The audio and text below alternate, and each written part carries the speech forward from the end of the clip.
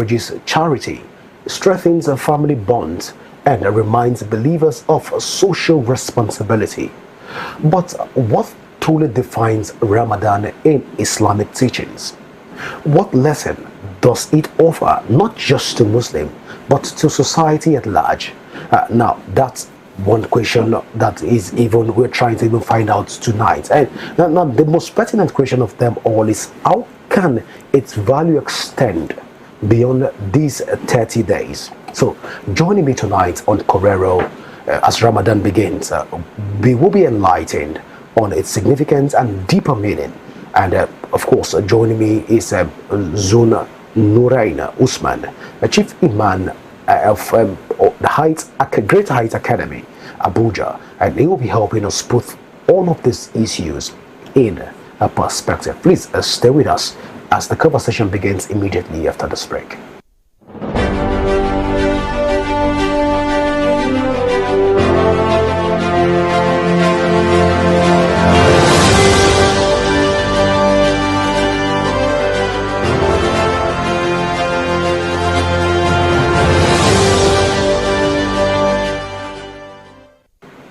Well, you're welcome back. Now, before we went to that break, I told you I'll be joined by an Imam, an Islamic cleric, who will be helping us even shed light even on all of this issue. Imam, it's a delight to have you join me on Correro. Good evening. Well, let's even begin from the top. What is Ramadan all about? Alhamdulillah, wa salatu wa salam ala Rasulillah. Ramadan is the 9th month of Hijrah calendar. We have what we call 12th month in Islamic calendar. And Ramadan happened to be within this month. And it is the month set aside by our Creator for the Muslim Ummah, for them to be able to fast the month, so that they will move closer to Allah subhanahu wa ta'ala than before. Now, interesting. Forgive me for not even saying to you Ramadan Kareem, as it's been shared across the world right now. Thank you. But then help us to understand this the fasting period, and who should be able to fast when it comes to Ramadan? Is it for a selected few, or are all Muslims mandated to observe the fasting? Fasting, the month of Ramadan, like I said at the beginning, is the chosen month for the whole Muslim to fast. That is why even our Creator Allah subhanahu wa ta'ala said, Ya ayyuhallazina amanu kutiba alaykumus siyam kama kutiba alal ladzina min qablikum la'allakum tattaqun. That all you who believe, fasting have been made compulsory on you, as it was made compulsory on those that came before you, so that you will be able to attain piety. But, you know, as Allah will have it, He created us, He knows everybody, and He knows our capacity and capability. He exempted some people from fasting. Despite you are a Muslim, but there are things that if they happen to you, you are not expected to fast. That is why He said, وَإِن كُنْتُمْ عَلَى سَفَرٍ وَإِن كُنْتُمْ مَرِيضًا أَوْ عَلَى سَفَرٍ فَعِدَّةٌ مِنْ أَيَّامٍ أُخَرَ. If you are not feeling fine, or if you are on a journey, Islam says you should leave it till when you are okay, if you are not feeling fine. If you are on a journey, till when you reach where you are going to. For instance, now you are traveling, and this travel may give you a kind of burden, you are asked to leave it. That is Islam. So that you eat, then continue with your journey. Later, after the Ramadan, then you pay those days back. This is what Islam has. And again, those that they are old people are also exempted, especially if they cannot fast. You cannot force an old person to fast. So all these are considered in Islam. That is why it is compulsory on every Muslim, but some people are also going to be exempted for one reason or the other. Interesting. Now, for pregnant women that want to get involved in the fasting, does it also exonerate or exclude them from all of this fasting? Yes. At what stage? Maybe the first month, second month, or generally when it has to do with pregnant women, are they exempted from fasting? A pregnant woman, she is allowed to fast if she can fast, and that will not affect her, and neither will it affect what is inside her womb. If she noticed that she fasts the first day, like for instance now, today, and she now feels that I cannot continue with this, she is allowed to leave it. She will eat, she continue living her life for her own sake and for the sake of what is inside her. Islam even consider those things that inside her that does not even come out, and also consider her too. She will leave it for a while. After Ramadan, then she pay back those days that she's going to miss in Ramadan. If there is nothing that stop her, if she cannot fast the whole month, there's nothing there. She will continue eating, living her life in peace. Then after Ramadan, when she is okay that she can fast, then she fasts the days that she missed. Interesting. But then, looking at the whole fasting scenario and the whole fasting by Ramadan month, as even captured in the Holy Quran. But since you are a scholar within this space, help us understand, is there punishment for people that decide not to fast, or will the Islamic faith relegate them to the back door of inconsequential, or automatically they are derailed if they fail to observe the Ramadan? Like I said at the beginning, for those that they have reason for not fasting, they are allowed not to fast, but they are divided into two. There are those that they will leave it and pay it back after Ramadan. There are those that if they leave it, what they are expected to do is just to feed somebody on their behalf for the days that they are not going to fast. Like for instance now, old person now, an old man, old woman, she cannot fast. So you'll be feeding on her behalf throughout the Ramadan whilst they eat during the daytime. Then for somebody that is healthy, matured, no illness, not on a journey, not pregnant, you understand, you deliberately said, I will not fast, then Islam have something for you. If you say I'm not going to fast, or you started fasting, then on your way fasting, you just say, I'm not fasting again, you are going to pay 60 for a day.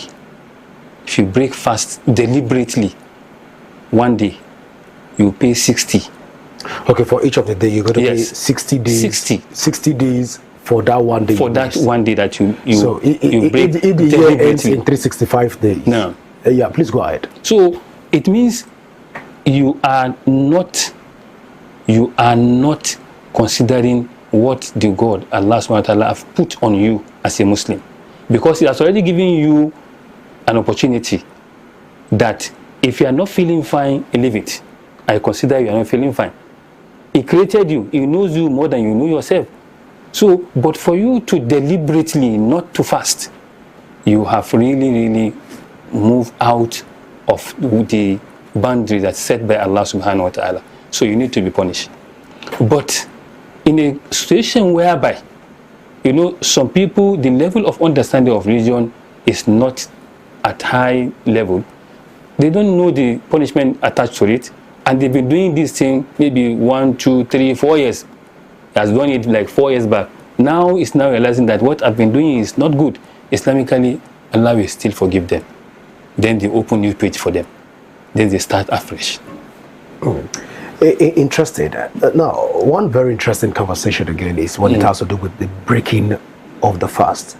Now, there have been this conflict when it has to do with what should Muslim faithfuls eat at the end of the fast. But help us understand, are there food that are termed haram when it has to do with the breaking of fast, or even before going into the fast, the pre and the post fasting? Are there food that Muslims are supposed to eat or not to eat? Even before fasting, Muslims are known that they have what they call halal, they have what they know as haram.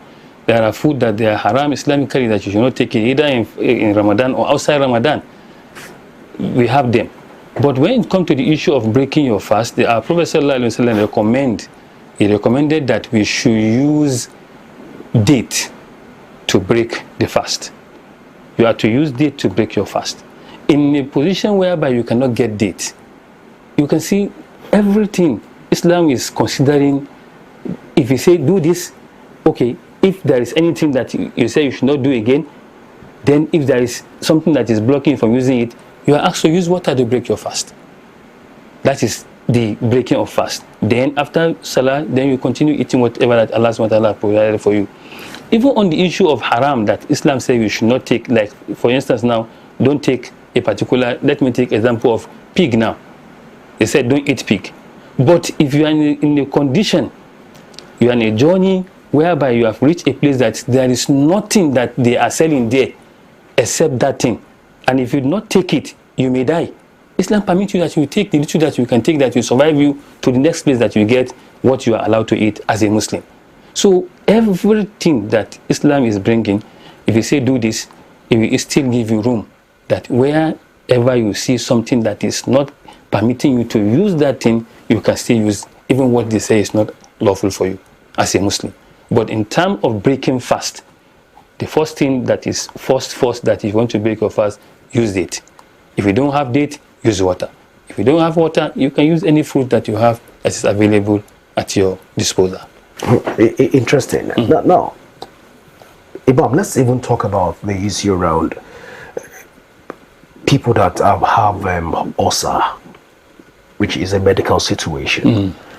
And you said that they're going to pay back maybe in 60 days. So they're going to pay back 60 days for skipping one of the days. No. Okay. Those that have ailments that is known, like you said now, ulcer, if it is confirmed that if they fast, it will cause damage, they are not forced to fast. They will leave it. In fact, some of them, they will fall under the category of those that they are going to be feeding people per day. You feed a person per day because it's obvious that you cannot fast. Like something happened today. We started fasting today. A brother started fasting this morning, but at around 11 o'clock, this issue of ulcer came up. You have to stop it. You understand? He stopped it. And it is obvious that he cannot fast. He's not pretending. He's not pretending at all. He cannot fast. That kind of person will leave Ramadan. He will not fast Ramadan. But he'll be feeding one person every day throughout the days of Ramadan. If it is 29 days, you will get somebody that is going to feed for 29 days. If it is 30, you get somebody that is going to feed for that 30 days. As simple as that. Interesting. So, then again, when it has to do with Ramadan, we've observed that across the north, various states will declare schools to be on vacation, and not even students will not come to the school. But then, is this applicable even from the Quran? No. You see, Ramadan, like I said, is a month whereby Muslims are expected to move very close to Allah in terms of worship, in terms of other things, character-wise, and even charity and so on and so forth. But there is no place where they say because you are fasting, then you should not go to school or you should not do certain things. Do you know that the Battle of Badr, the first battle fought by our Prophet ﷺ, after migrating from Mecca to Medina, it was fought in Ramadan. It was during Ramadan that the companions of Prophet ﷺ fought that battle. So they did not say because we are fasting, we are not going to do this, go for this battle. And they did not break their fast. So this is just their own view of maybe asking the children to be at home, but it has nothing to do with the religion of Islam. It's just their own decision, because it will rather even make the children to be lazy. They are supposed to be in school to learn. What they can, if they even want to do something, is to reduce the time. If they are closing 3 o'clock, okay, let's make it 2 o'clock now. Then you go back home, you help your parents to do other things that they need to do in terms of preparation for sahur, preparation for iftar, preparation for other things. But not to ask them to stay at home in totality. No. It's not said in the Quran. It's not said in the Hadith. Nowhere that is said. It is just their own opinion that they want to ease things for them, which invariably at the end, if they move from that place to another place, that thing is not being done there, it may not be that easy for them. Yeah, well, interesting. But no, a lot of persons, Islamic faithfuls, watching us right now, we will want to understand the whole Ramadan in itself. You've called it a time where Muslims are excluded to worship Allah. Yes. And it's a time where Islamic faithfuls are devoted to God. But then, is this a one-off thing? Is this just the month of Ramadan that an Islamic faithful is supposed to be consecrated to God? Or there are other months in the Islamic calendar where Muslims can be committed and consecrated to God or to Allah? So, you know, as a Muslim, right from the beginning, Allah told us that وَمَا خَلَقْتُ الْجِنَّ وَالْإِنسَ إِلَّا لِيَعْبُدُونَ, that I created man and jinn just for them to worship me. When we say worship, it means it is not restricted to a particular time. As a Muslim, you are supposed to be a Muslim throughout your stay in the whole your entire life, from beginning of the year to the end of the year. You are supposed to be worshiping your God. But the month of Ramadan, because of 3 things, that month is a sacred month and also a special month. Our Prophet ﷺ said, as soon as month of Ramadan entered, Allah will do 3 things for us so that it will ease us moving closer to Him. The first thing is that He said, Allah will ask the angel to leave all the doors that lead to paradise. They are going to leave everything open. That's number 1. Number 2, all the doors that lead to hellfire, they are going to shut all. They will close it. Number 3, He now said, they will ask the angels to also chain all the devils. It means you are seeing the doors of the Jannah, which is paradise, they are all open. They have helped you to chain the devil that is you are claiming that is disturbing you. They have also shut all the doors that lead to hellfire. So it will be more easier for you to move closer to Allah, to worship Allah. If you notice in the month of Ramadan, you see that there is calmness, there is you see people restricted in the mosque praying. You see a lot of devotion, trying to connect with Allah subhanahu wa ta'ala, because they have a kind of privilege from Allah subhanahu wa ta'ala. But generally, as a Muslim, you are to worship Allah every time. It's not restricted. You must not be a good Muslim only in Ramadan, while you be another Muslim outside Ramadan. It has to be you, Muslim in Ramadan, that you are, should be the same you that we should see in another month that is not Ramadan.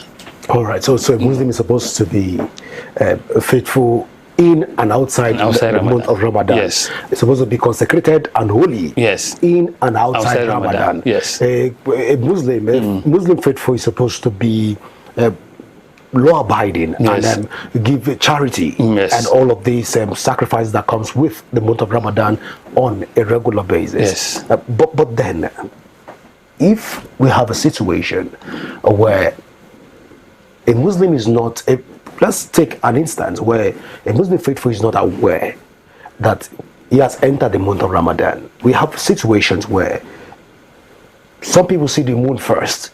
Some people wait for Mecca and Saudi Arabia to give them, and the Sultan of Nigeria to tell them when the moon has appeared. Yes. Now, in a situation where you are in a rural community that doesn't have means of communication, and you did not get the exact date for the Ramadan to start. And by extension, you're not too deep in the Islamic religion.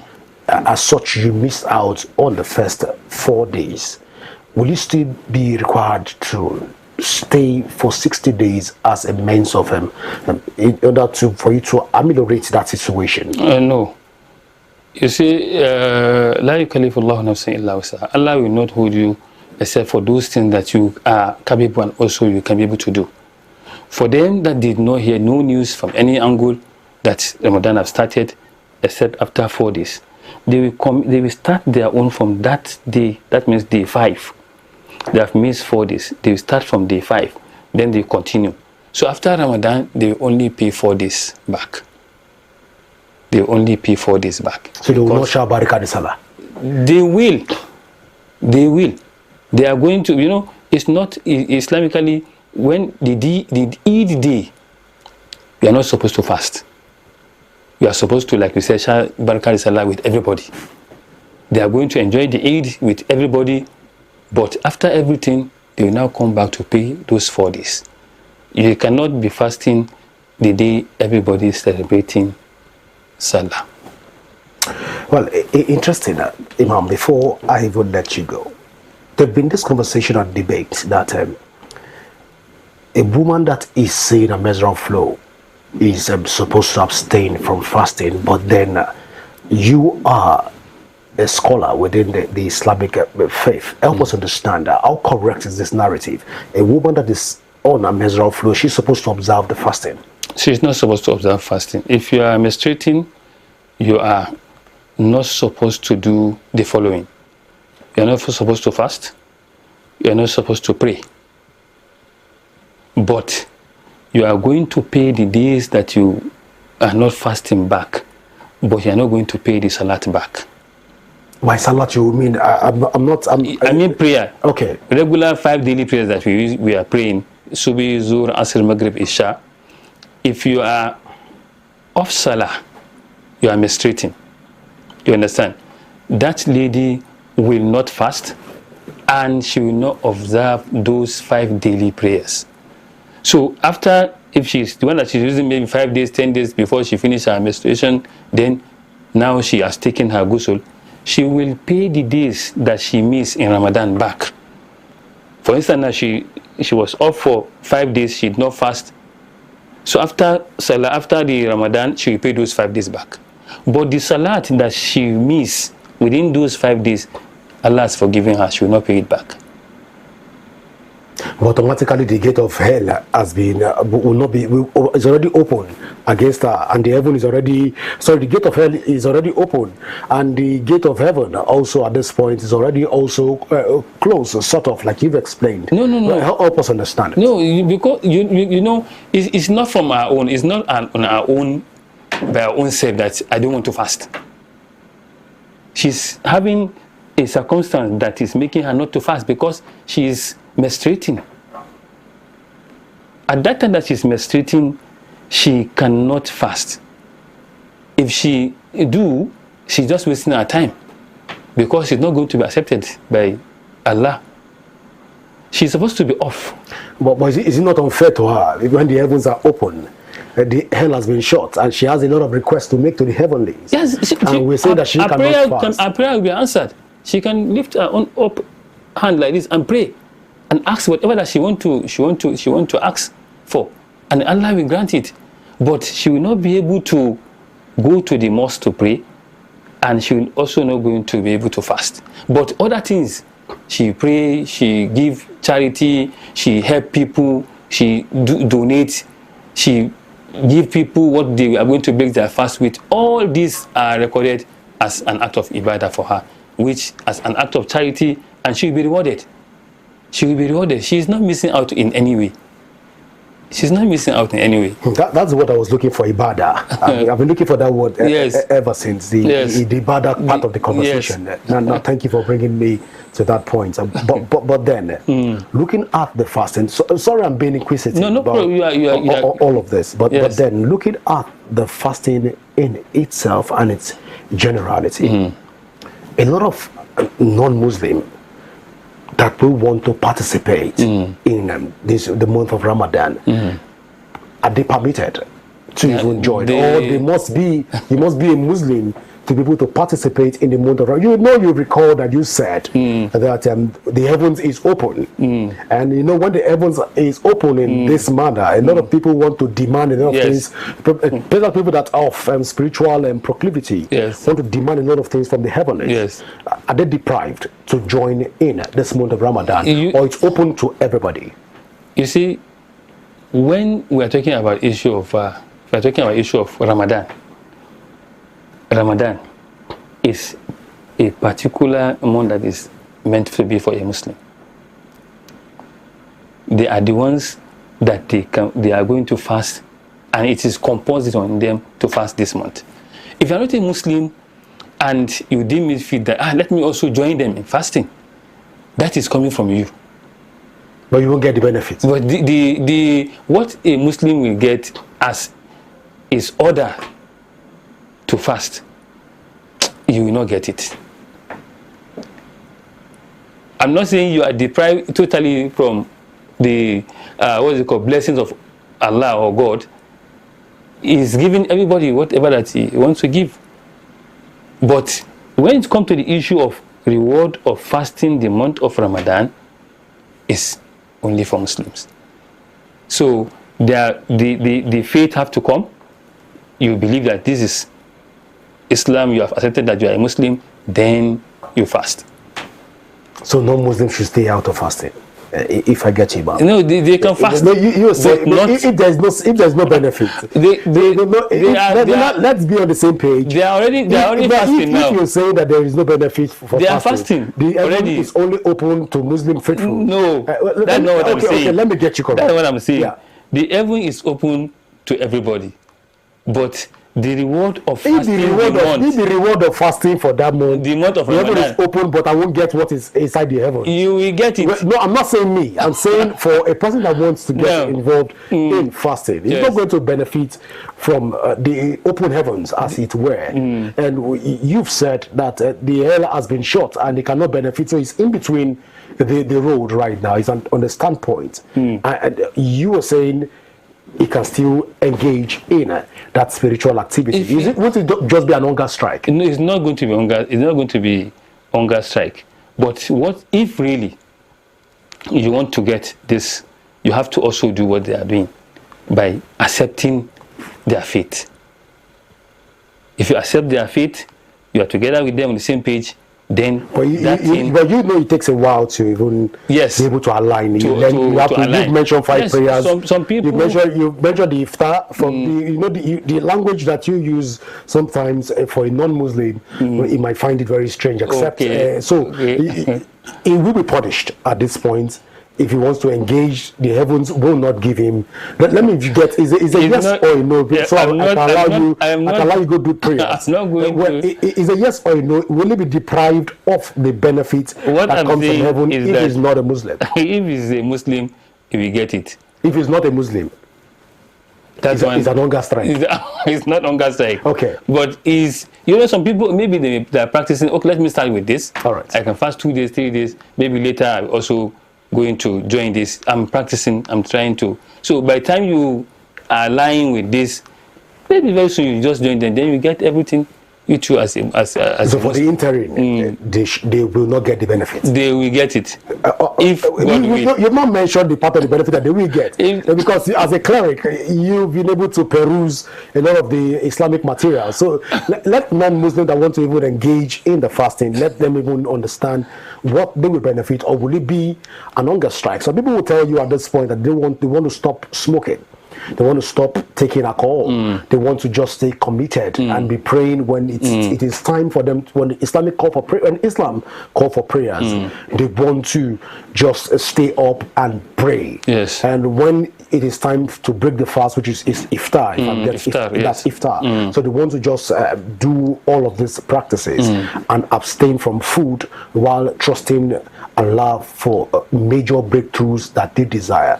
So from your angle, and for them that are watching right now, can we say that there is no hope for them at this point. That's on one hand. On the second hand, can we say that this is a deliberate exercise in futility because there will be no benefit? Thirdly, let's taxonomize it around another angle of hunger strike. Can we say that this is hunger strike? It's not hunger strike. Yeah. If they want to fast by joining the Muslim, like I said, I learned that the other people in other faith are also on the Lent, what's it called? They are fasting. So it means it is because they have a belief that commanded them that they should do this. That was the reason why they are engaging in that. And as God will have it, it's like coinciding with the Muslims Ramadan. So it means, why are you now going to fast with the Muslims when you have your own to fast? It's better as you are fasting, you know that this is what my faith command me to do. I'm doing it. I'm also doing my own. So both sides, it means we are expecting a reward from who? From our Creator, which is going to give everybody the way He likes. If you like, He give you more than me. If you like, He give me more than you. He has more than enough with Him. Well, Imam, when you talk about the lucrativeness of the fasting, the heavens is open, the hell is short, and also there are benefits. Yes. People that don't belong to any of the faith, either Christian or Muslim, but they're interested in this fasting. We are saying right now that except they belong to the Islamic faith, they are not permitted, or they won't get the benefits of the fasting. Let's put the record straight. They are not permitted to fast. If you are not a Muslim, you are not permitted to fast. That's the truth. Well, I believe a lot of people that are watching right now that want to even embark on this fasting right now, they know their position right now. That's where I wanted us to come to let them know their position. Yes. So that people that want to fast, those of us that want to fast, will be able to also understand our own position. If the heaven is closed or it is open. It's open for everybody. Let it remain open because maybe some persons might be joining very soon. Okay. But we can't tell. But I wish we have more time to even dissect a lot of issues on Ramadan, but big signal right now that it's time to let you go because of course you have to go for prayers right now. I want to say thank you so much, Imam Usman, for finding out time to be with us. Even shedding light on the issue of Ramadan and helping us put these issues in perspective. I believe every Muslim out there that is watching us right now be able to understand the significance of fasting and why they should fast and who should fast and all of those modalities. Thank you so much for finding out time to be with us. I really appreciate. Thank you. We will join you for the iftar, whichever way, because we don't like food, but you know, we'll join you for the iftar. Well, you're welcome. Well, viewers, we'll take a short break because the iftar conversation is not for the cameras. It's outside the camera. We'll take a short break right now. And when we return, we'll dive into other pressing national issues. Please stay with us as conversation continues immediately after this break.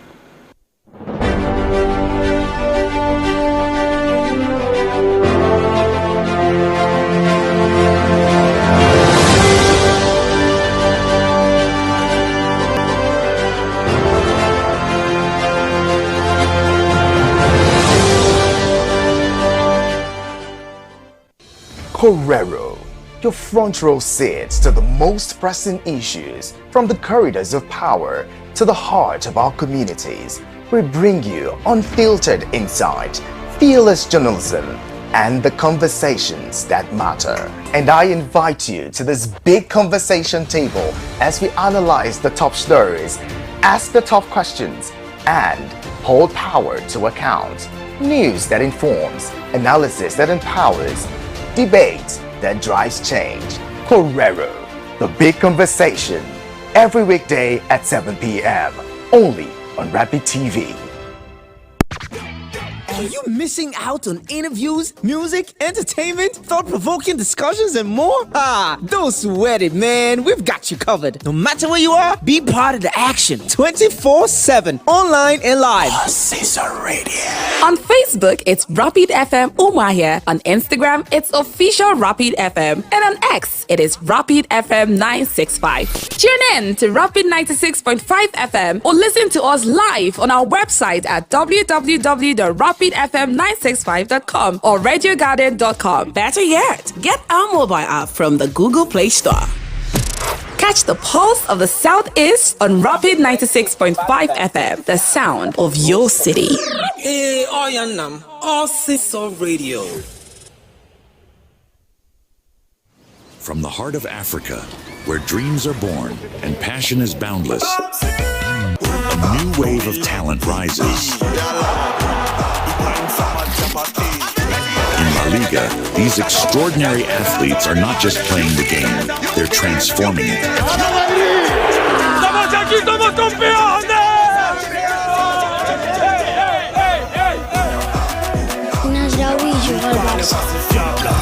Danny Rodriguez, the man chasing, it's Lamine Yamal! What a magnificent goal that They is! shine on the world stage. Watch as they redefine football, inspire millions, and make history. La Liga, where dreams become reality.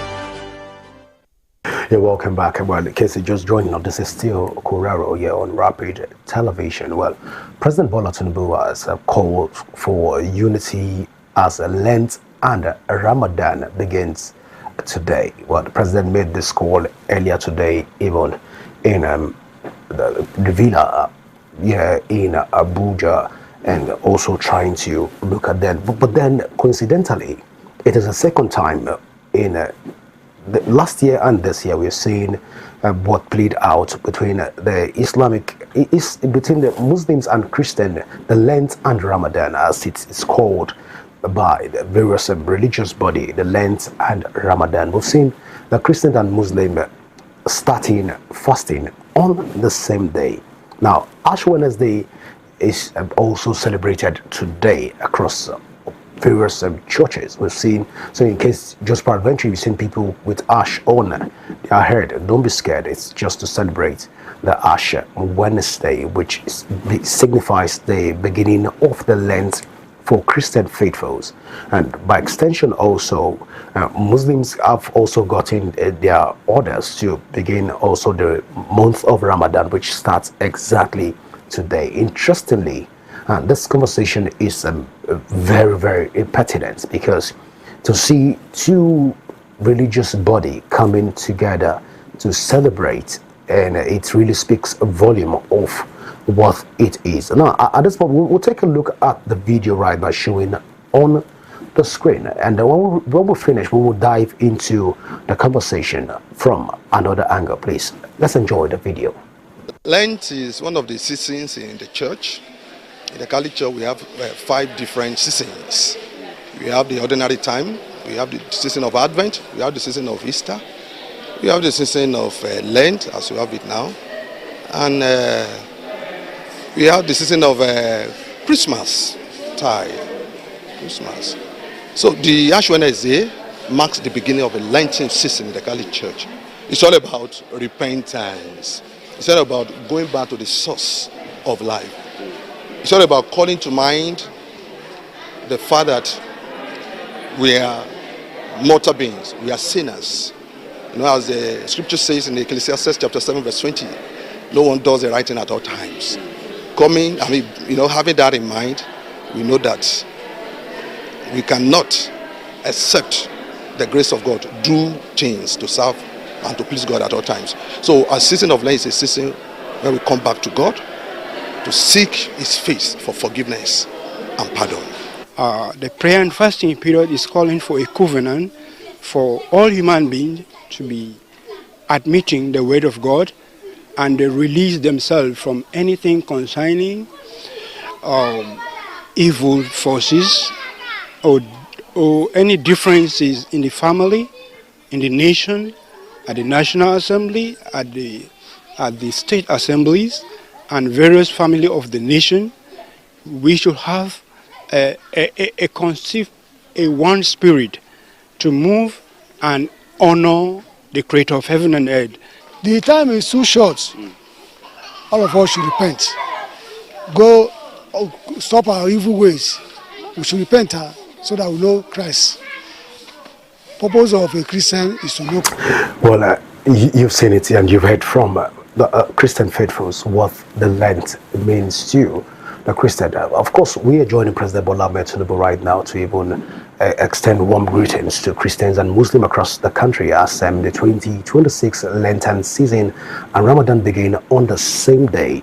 Well, recall I said before now that in a state house statement issued today, the president described the rare convergence of the two sacred observances as symbolic and a powerful reminder of Nigerians' shared faith and unity under God. He noted that while Lent marks a solemn period of fasting, abstinence and penitence for Christians in reflection of Jesus Christ's 40 days in the wilderness, Ramadan represents one of the 5 pillars of Islam, a time of devotion, sacrifice, charity, and deep spiritual reflection for Muslims worldwide. Well, President Bola Tinubu also urged Nigerians to use the sacred season to promote peace, unity, and good governance and neighborliness, particularly in the face of ongoing national challenges.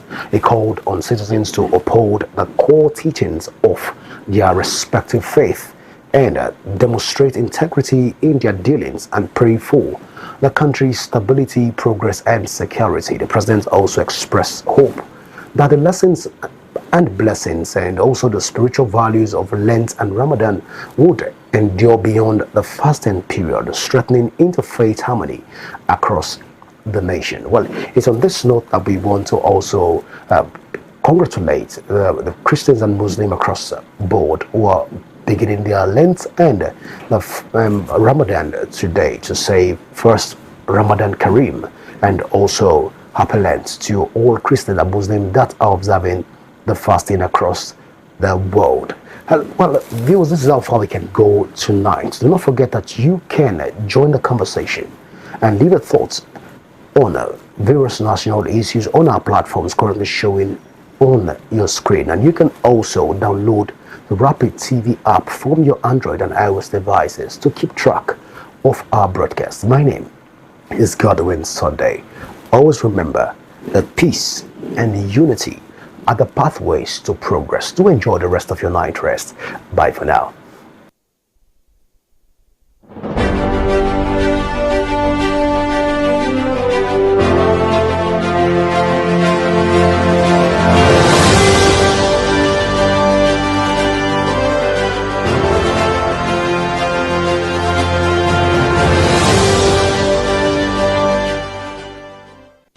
Correro, your front row seats to the most pressing issues from the corridors of power to the heart of our communities.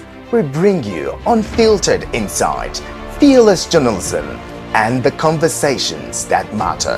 And I invite you to this big conversation table as we analyze the top stories, ask the tough questions, and hold power to account. News that informs, analysis that empowers, debate that drives change. Correro, the big conversation, every weekday at 7 p.m. only on Rapid TV. Are you missing out on interviews, music, entertainment, thought-provoking discussions, and more? Don't sweat it, man. We've got you covered. No matter where you are, be part of the action 24/7, online and live. Caesar Radio. On Facebook, it's Rapid FM Umahia. On Instagram, it's official Rapid FM. And on X, it is Rapid FM 965. Tune in to Rapid 96.5 FM or listen to us live on our website at www.rapidfm965.com or radiogarden.com. Better yet, get our mobile app from the Google Play Store. Catch the pulse of the Southeast on Rapid 96.5 FM, the sound of your city. Hey, Oyanam, all Siso Radio. Greatness is not faceless. Greatness has a face. It has many faces. It has over 200 million faces.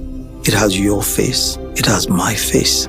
Greatness is beyond what we do. It's how we do it. It is the people we do it for.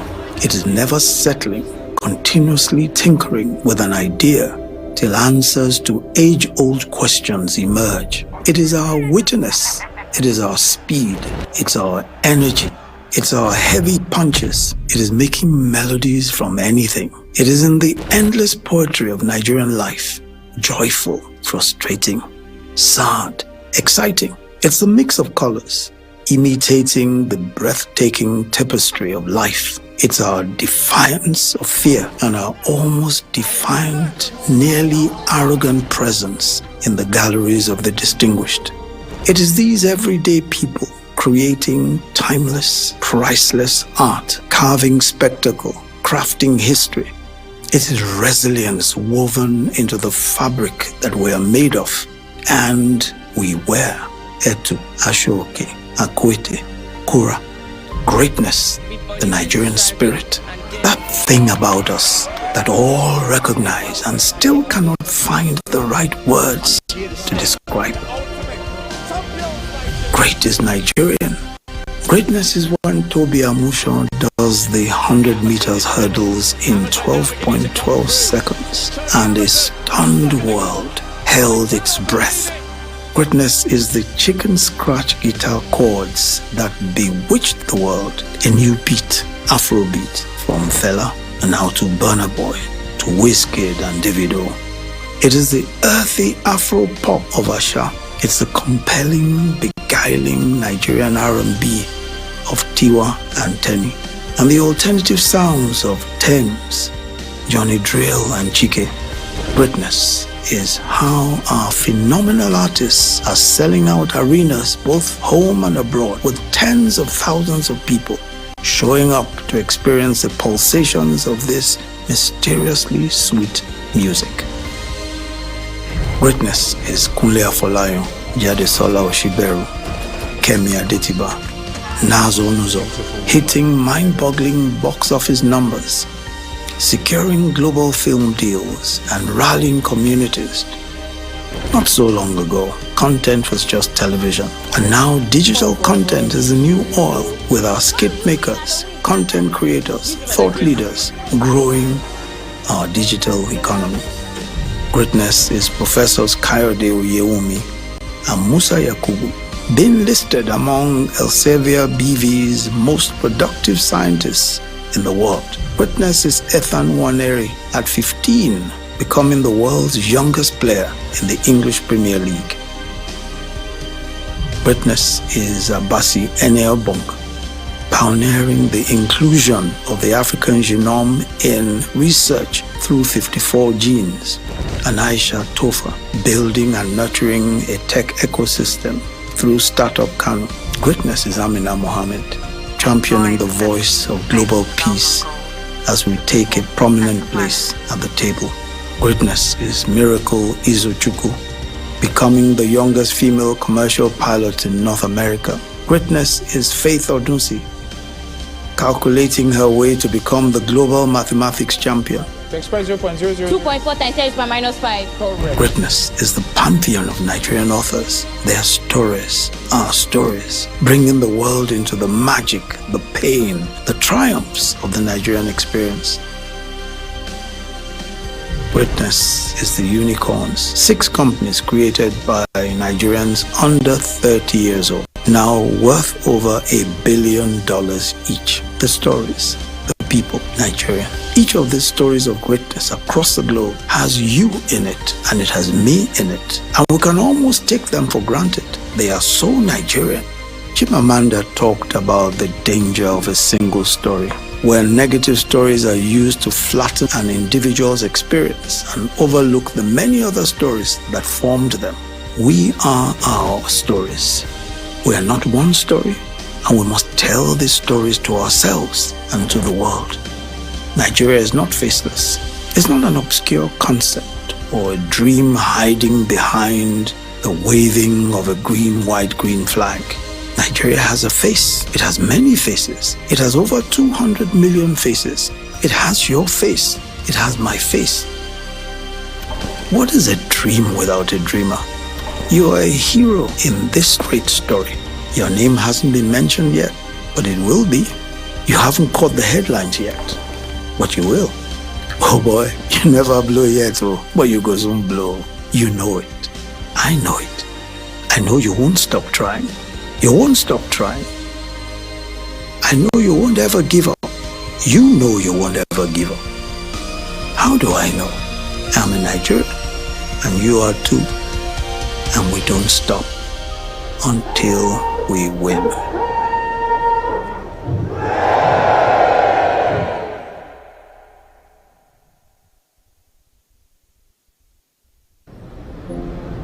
Time is power.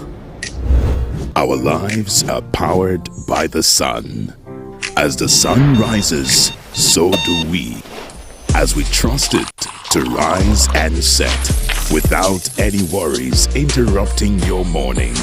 With our hybrid all-in-one inverter, powering our prosperity and happiness.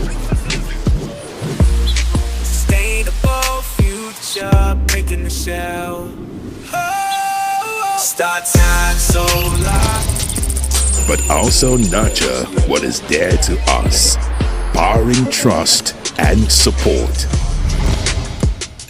Empowering us to do things that really matters. Start Times Solar. Power your life. Magic has hit your imagination of TV. A brand new sundial with StarTimes inbuilt technology. New TV innovation with an inbuilt decoder that connects you to both StarTimes antenna and satellite signal. StarTimes Sundial TV, you can enjoy over 300 local and international channels, 1 month StarTimes highest bouquet for free, automatic system update. More benefits, more affordable. StarTimes Sundial TV is available in all StarTimes branches and dealers countrywide. StarTimes Inside, entertainment inbuilt. My name is Faith Dafa Joseph. Name is Martha Alu. My name is Victor Arki. My name is Divine Alex. My name is Esther Ben. My name is Arthur James Brooks. My name is Godwin Sunday. I am Ijoma Victor. My name is Cynthia Agbo. Josephine Bichu. I bet you already know that this is Rapid Television.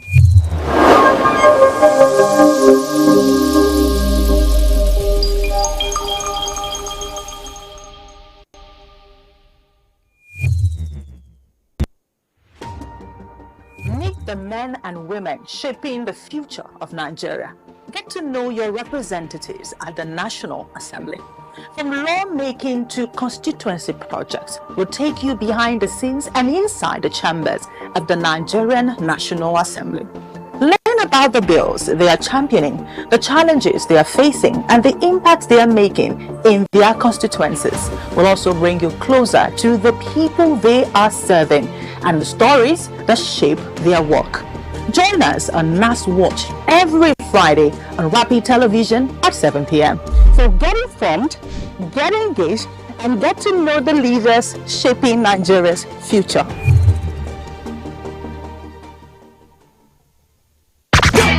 Are you missing out on interviews, music, entertainment, thought-provoking discussions, and more? Don't sweat it, man. We've got you covered. No matter where you are, be part of the action 24/7, online and live. Caesar Radio. On Facebook, it's Rapid FM Umahia. On Instagram, it's official Rapid FM. And on X, it is Rapid FM 965. Tune in to Rapid 96.5 FM or listen to us live on our website at www.rapidfm965.com or radiogarden.com. Better yet, Get our mobile app from the Google Play Store. catch the pulse of the Southeast on Rapid 96.5 FM, the sound of your city. Hey, Oyanam, all Caesar Radio. From the heart of Africa, where dreams are born and passion is boundless, A new wave of talent rises. In La Liga, these extraordinary athletes are not just playing the game, they're transforming it.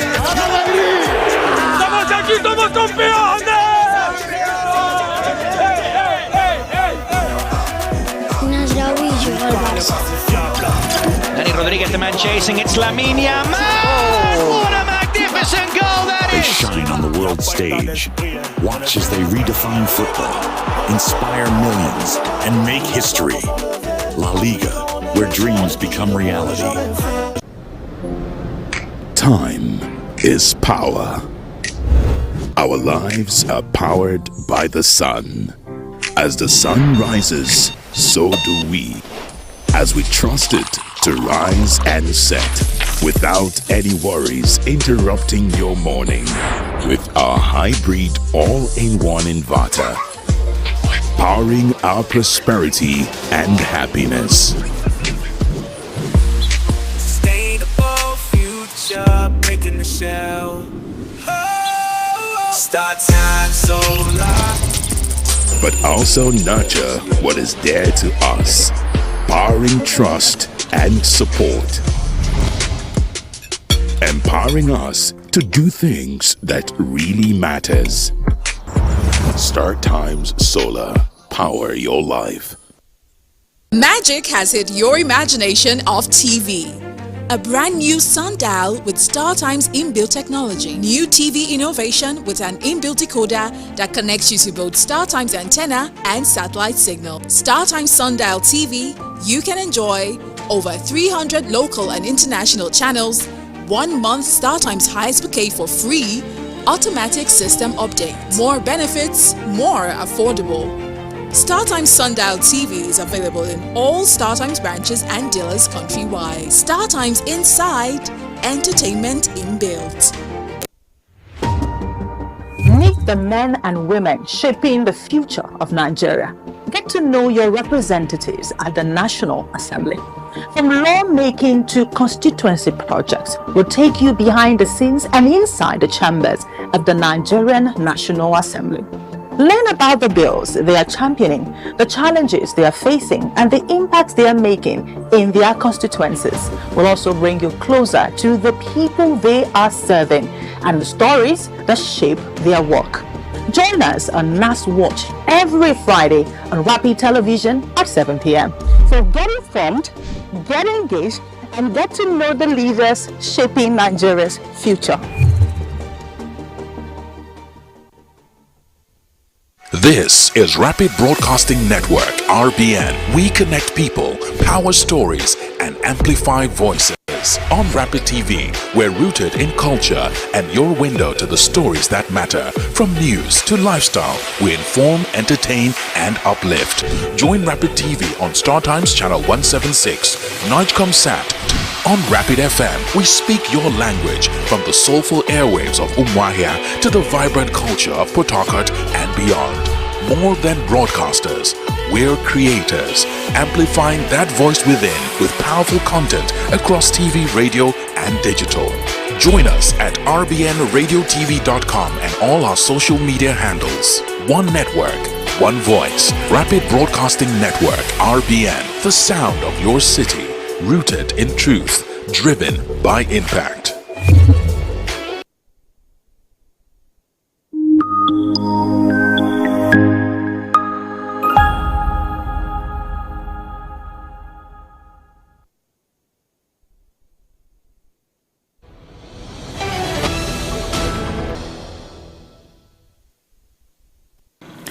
Hello, good evening and welcome to Rapid Television News. I am Godwin Amunde. In the headlines, Tinubu calls for unity as Lent and Ramadan begins same day.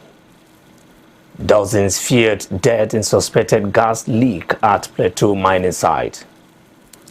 Federal government to launch digital trade platform for air, sea cargo in March. Another Nigerian captured fighting for Russian in Ukraine war.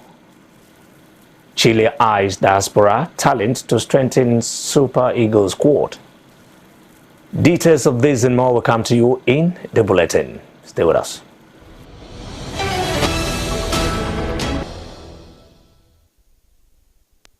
Now the news in detail. President Bola Tinubu has signed the Electoral Act 2022 Repeal and Reenactment Bill 2026 into law, following its passage by the National Assembly after months of deliberations. The legislation has sparked intense debate, particularly over provisions governing the transmission of election results ahead of the 2027 general elections. Lawmakers were sharply divided over Clause 60, which addresses the use of electronic transmission and the conditions for reverting to manual collation in the event of technical failure. In the Senate, proceedings turned rowdy as opposition senators demanded a division on the controversial clause, with 55 senators voting to retain the provision allowing manual transmission where electronic systems fail, while 15 opposed it. Tensions also flared in the House of Representatives, where a motion to rescind earlier amendments mandating real-time electronic transmission of results led to protest and a closed-door session. Despite the disagreement, the bill has, however, been assented to by the President, setting the legal framework for the 2027 polls. Meanwhile, telecommunications operators in Nigeria have rejected claims that the country lacks the infrastructure for real-time electronic transmission of election results. Operators including MTN Nigeria, Airtel, Globalcom, and T2 Mobile described the Senate's position as inaccurate, urging lawmakers to obtain verified data from the Nigerian Communications Commission, NCC. The Association of Licensed Telecom Operators of Nigeria, ACTON, says over 70% of the country currently has 3G and 4G coverage, with 5G expanding steadily. ACTON chairman Benga Debayo maintained that even 2G networks are capable of transmitting results electronically, dismissing concerns about nationwide readiness. He acknowledged limited access in a few insurgency-affected states, but said stakeholders could address such gaps collaboratively. The telecom operator's position aligns with that of INEC, which previously stated that results uploaded to its portal will transmit once devices return to network coverage areas. The Independent National Electoral Commission, INEC, says it is fully prepared for the 2026 Federal Capital Territory Area Council elections, scheduled for February 21st. INEC Chairman Professor Joash Amopitan described the polls as a critical test of grassroots democracy in Nigeria, stressing the need for a peaceful, credible, and transparent process. He called on political parties, security agencies, civil society groups, and voters to work collaboratively to ensure a smooth exercise, while reaffirming the Commission's commitment to fairness and electoral integrity. The report.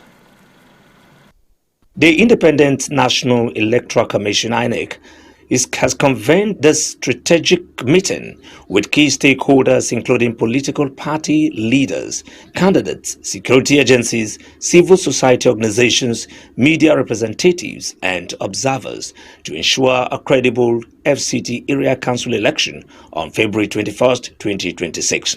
INEC Chairman Professor Joash Amopitan emphasized that conducting credible election is a collective responsibility requiring cooperation and compliance from all parties involved.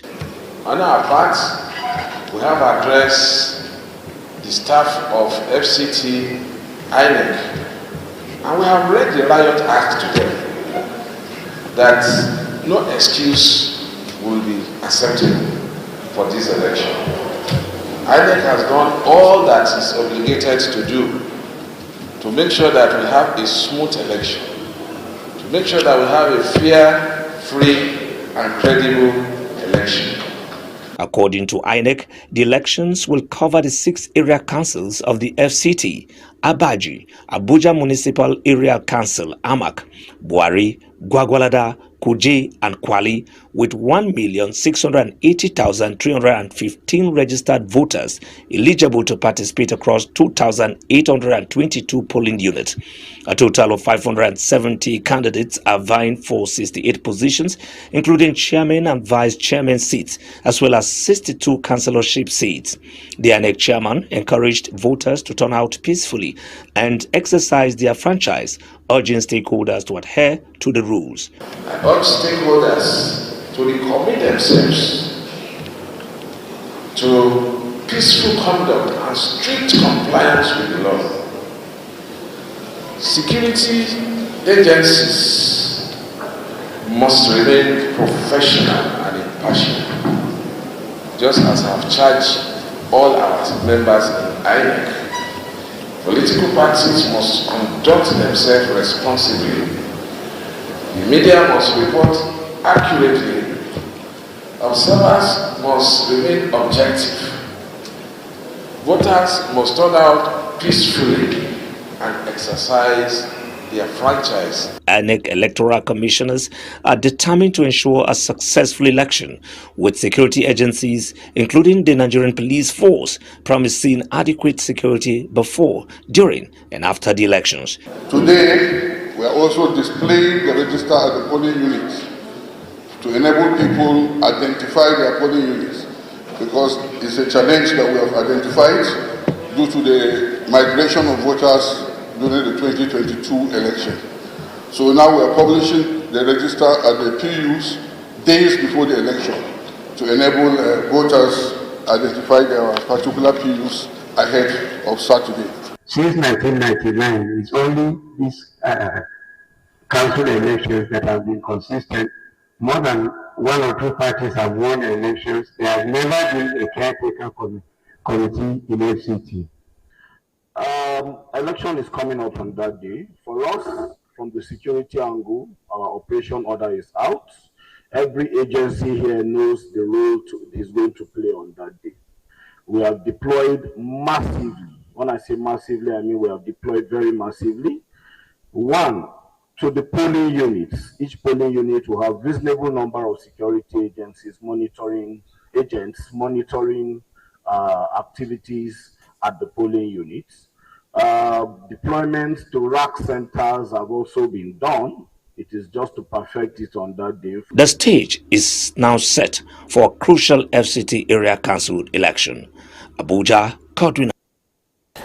Ahead of the 2027 general elections, federal and state security officials gathered in Umuahia to coordinate proactive measures aimed at ensuring a safe and credible poll. The high-level meeting brought together representatives from key security agencies and federal institutions to assess potential threats and strengthen national stability. Our correspondent Faith Kelvin reports. Ahead of the 2027 general elections, the Secretary to the Government of the Federation, Senator George Akume, has called for proactive and harmonized security measures to prevent electoral violence across Nigeria. This reality calls for deliberate coordination, structured intelligence sharing, joint operational planning, and clear communication channels. Speaking at the opening of the Federal and State Security Administrators meeting in Umuahia, Akume warned that voter registration, party primaries and campaign activities could heighten tensions if not carefully managed. Represented by the Permanent Secretary of the Special Services Office, Mohammed Danjuma, he stressed that a robust security framework must precede full-scale political mobilization. My remarks today will focus on the preparation for the general elections, the menace of false information, and its negative impact on national security. He also warned against false narratives that could inflame ethnic or religious tensions, directing strategic communication agencies to counter misinformation ahead of the elections. I therefore appeal to residents of the affected communities to cooperate with local security agencies by providing credible and timely information on the activities of criminal elements in support of ongoing efforts to combat terrorism and banditry. In his opening remarks, Abia State Governor Dr. Alex Otti linked electoral credibility directly to national stability, insisting that security planning for 2027 must begin immediately. He further encouraged predictive security systems, early warning mechanisms, and community-based intelligence, emphasizing the role of grassroots leaders and traditional institutions in preventing politically motivated unrest. Permit me to state clearly, no nation or state can achieve meaningful development without security. Abia State is honored to host this gathering. We see it not merely as a routine administrative engagement, but as a strategic convergence of minds at a time when security, governance demand deeper coordination. This reality calls for what I would describe as operational federalism. The co-chair of the meeting, Borno State Commissioner for Information and Internal Security, Usman Tar, explained that the forum reviews national security situations, align operational responses, and reduces duplication among agencies, especially during politically sensitive periods. So this is a very old platform that brings together federal and security administrators to sit down around the table and review the security situations around the country. And this comes basically from all security agencies and all states of the Federation. Established in the 1990s, the platform brings together representatives from security agencies, all 36 states, the Federal Capital Territory, and key federal institutions.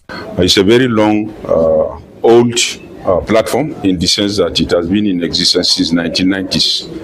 And every year we sit at least twice a year in different states of the Federation to review our security situation. Faith Kevin, reporting for Rapid TV News. President Bola Tinubu has extended warm greetings to Christians and Muslims across the country as the 2026 Lenten season and Ramadan begin on the same day. In a State House statement issued on February 18th, the president described the rare convergence of the two sacred observances as symbolic and a powerful reminder of Nigerians' shared faith and unity under God. He noted that while Lent marks a solemn period of fasting, abstinence, and penitence for Christians in reflection of Jesus Christ's 40 days in the wilderness, Ramadan represents one of the 5 pillars of Islam, a time of devotion, sacrifice, charity, and deep spiritual reflection for Muslims worldwide. President Tinubu urged Nigerians to use the sacred seasons to promote peace, unity, and good neighborliness, particularly in the face of ongoing national challenges. He called on citizens to uphold the core teachings of their respective faiths, demonstrate integrity in their dealings, and pray for the country's stability, progress, and security. The president also expressed hope that the lessons, blessings, and spiritual values of Lent and Ramadan will endure beyond the fasting period, strengthening interfaith harmony across the nation. As Christians around the world mark Ash Wednesday, the faithful begin the 2026 Lenten season, a 40-day period of fasting, prayer, and spiritual reflection. Across churches, worshippers receive ashes on their foreheads in the shape of a cross, symbolizing humility, mortality, and renewed devotion. Reverend Father CSP Martins Akinyemi of Raphael Police Chaplain Garki in Abuja explains that the season commemorates the 40 days Jesus Christ spent fasting in the wilderness, urging believers to embrace Lent as a time for repentance and spiritual discipline. Worshippers also take the moment to thank God for granting them another opportunity to observe this sacred season. Lent is one of the seasons in the church. In the Catholic Church, we have 5 different seasons. We have the ordinary time, we have the season of Advent, we have the season of Easter, we have the season of Lent, as we have it now, and we have the season of Christmas tide. Christmas. So the Ash Wednesday marks the beginning of a Lenten season in the Catholic Church. It's all about repentance. It's all about going back to the source of life. It's all about calling to mind the fact that we are mortal beings, we are sinners. You know, as the scripture says in Ecclesiastes chapter 7 verse 20, no one does the right thing at all times.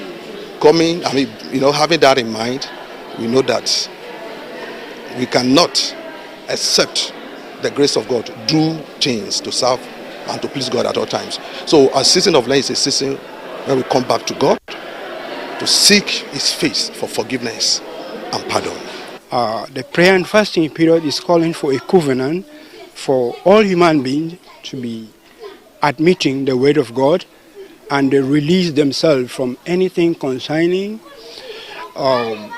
evil forces or any differences in the family, in the nation, at the National Assembly, at the state assemblies, and various family of the nation. We should have a one spirit to move and honor the Creator of heaven and earth. The time is too short. All of us should repent. Go stop our evil ways. We should repent so that we know Christ. Purpose of a Christian is to know Christ. Let us know Christ. Live in peace, happiness, and love. Love one another. Love one another. That's once there is peace, there will be love. So we shall live one. In the 2026 Christian's calendar, Good Friday will fall on April 3rd, marking the crucifixion of Christ and the solemn continuation of the Lenten journey. The Lenten season reminds Christians of the significance of faith, reflection, and devotion during these 40 days.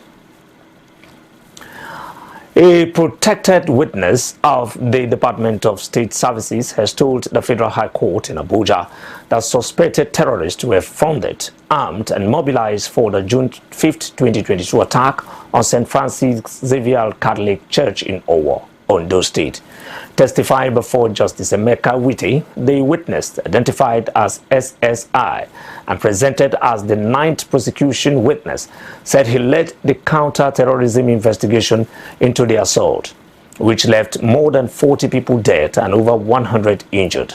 He told the court that 5 suspects arrested in Kogi and Ondo states were members of the Islamic State West African Province and had received clear operational directives, including instructions to attack during Sunday service and kill the priest.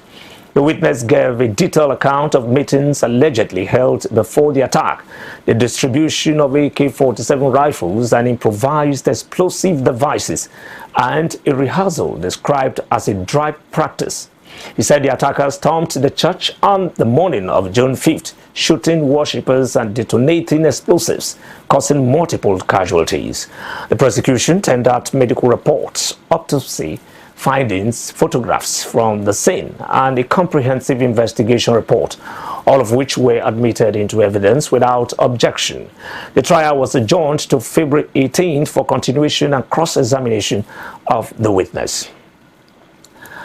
An unconfirmed number of persons have feared death following a suspected toxic gas leak at a mining site in Kampini Zurak, was a local government area of Plateau State. The Wasi youth leader, Shafi Sambo, said he received an early morning call alerting him to the incident, explaining that miners had reportedly dug deep into the ground and were exposed to a gas that allegedly killed at least 37 of them instantly. Several others were said to have been rescued alive and rushed to nearby hospitals for treatment. Although the exact number of casualties has not been officially confirmed, the miners were reportedly extracting zinc for a company believed to be Chinese-owned.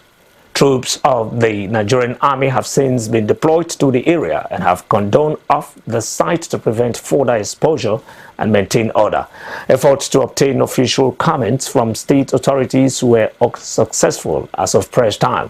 The incident has renewed concerns over safety standards, regulatory oversight in both artisanal and company-backed mining operations in rural communities. Residents are now calling on the Plateau State government and relevant federal agencies to conduct a thorough investigation and enforce stricter safety measures to prevent a recurrence. The Joint Admissions and Matriculation Board, JAMB, says more than 1.5 million candidates have completed registration for the 2026 Unified Tertiary Matriculation Examination, UTME, as the February 26th deadline for the sale of e-paints approaches. In a statement issued by its public communication advisor, Dr. Fabian Benjamin, the board stressed that the deadline will not be extended. JAMB expressed concern that although it has the capacity to register up to 100,000 candidates daily, centers across the country are currently operating at only about 30% of that capacity. The board clarified that the sale of e-pins will end at midnight on February 26th, while physical registration at accredited centers for candidates who have already obtained their pins will close on February 28th. JAMB says it is bound by a nationally coordinated examination calendar and has no room to adjust its schedule. Candidates have therefore been advised to obtain their e-pins promptly and complete registration without delay, as the 2026 UTME is scheduled to hold from April 16th to 25th. As early morning fire has destroyed an early morning fire has destroyed several shops at the electronics parts market in Niwi North local government area of Anambra State, with goods worth millions of naira reportedly lost. Although no casualties were recorded, the blaze consumed about 5 shops in a one-story buildings, destroying electrical appliances and electronic parts. Traders were seen lamenting heavy losses, with one affected shop owner saying he had just restocked his store twice before the incident occurred. While the exact cause of the fire has not been confirmed, eyewitnesses suspect a power surge. The Anambra State Fire Service confirmed the incident, stating that firefighters responded promptly after receiving a distress call around 9 a.m.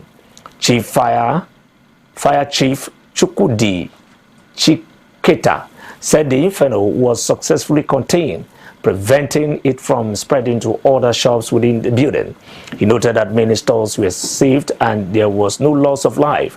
Authorities say investigations into the cause of the fire are ongoing, while traders have been advised to install fire extinguishers as a precautionary measures. The Nigerian Senate has expressed deep concern over the massive fire that devastated Singa Market in Kano State, destroying goods worth over 20 billion naira and crippling more than 1,000 businesses. A correspondent The Senate has directed the National Emergency Management Agency, NEMA, to assess the full extent of the damage and provide both relief materials and financial support to affected traders. Deputy Senate President Jibrin Barrow described the incident as alarming, noting that even 7 people remain missing and countless families are now struggling amid the country's economic challenges. Reportedly destroyed goods and property valued over 20 billion naira. Over 20 billion naira. Affecting more than 1,000 businesses, predominantly small and medium-scale enterprises that serve as a backbone of the local economy. A valid report about 7 persons have been declared missing as a result of the incident, with many traders and their families thrown into distress, uncertainty, and economic hardships.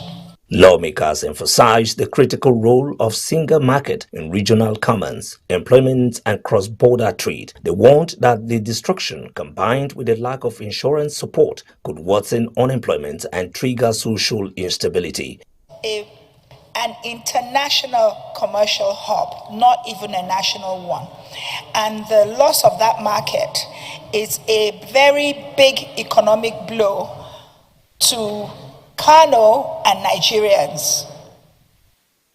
I want to lend my voice to support that motion, that everything that needs to be done should be done.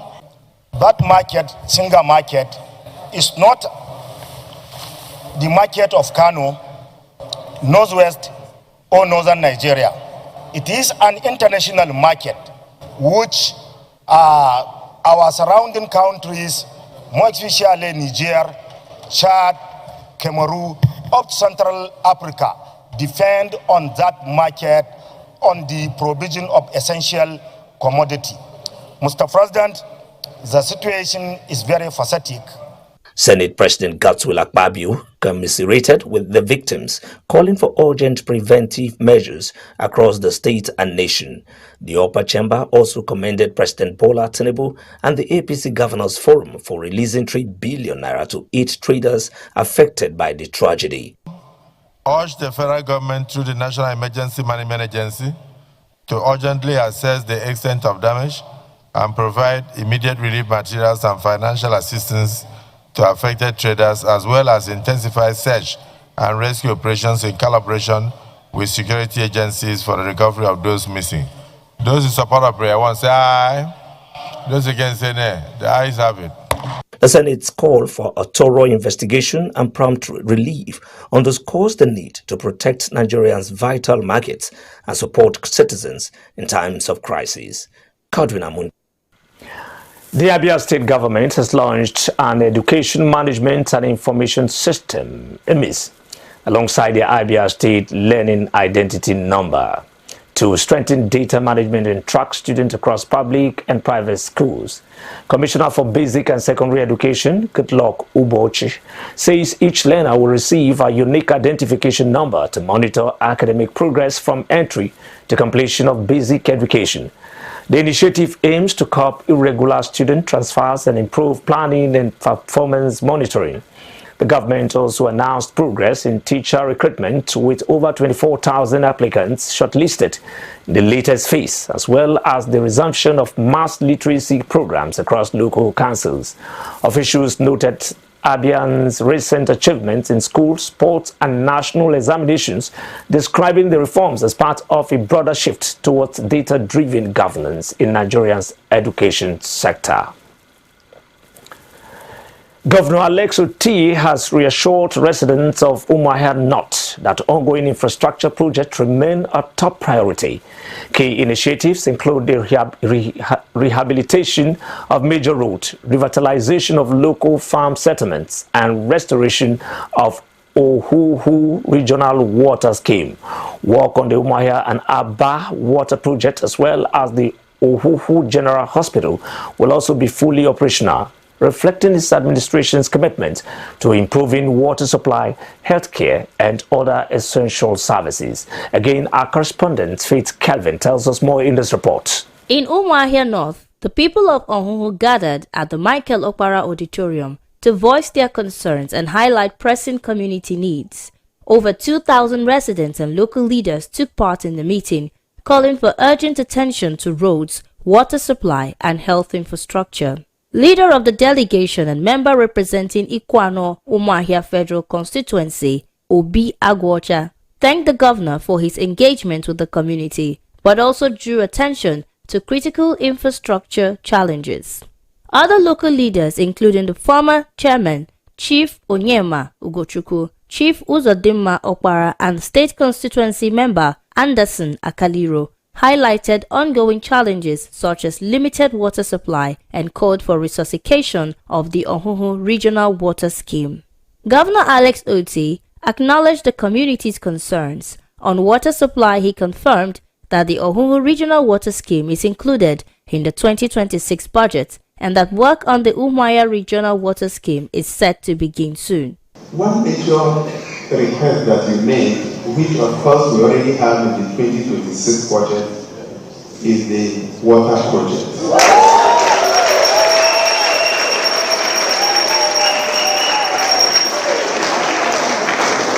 We started last year with the water project in CKC Aba, and I believe that's about 80% complete now. We brought the people from Australia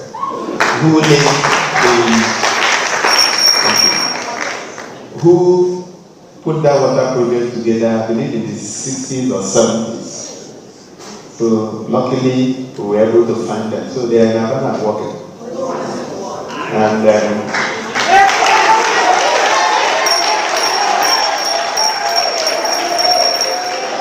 And our mission is simple. We want to go back to those good old days where you will have the tap in your kitchen and water.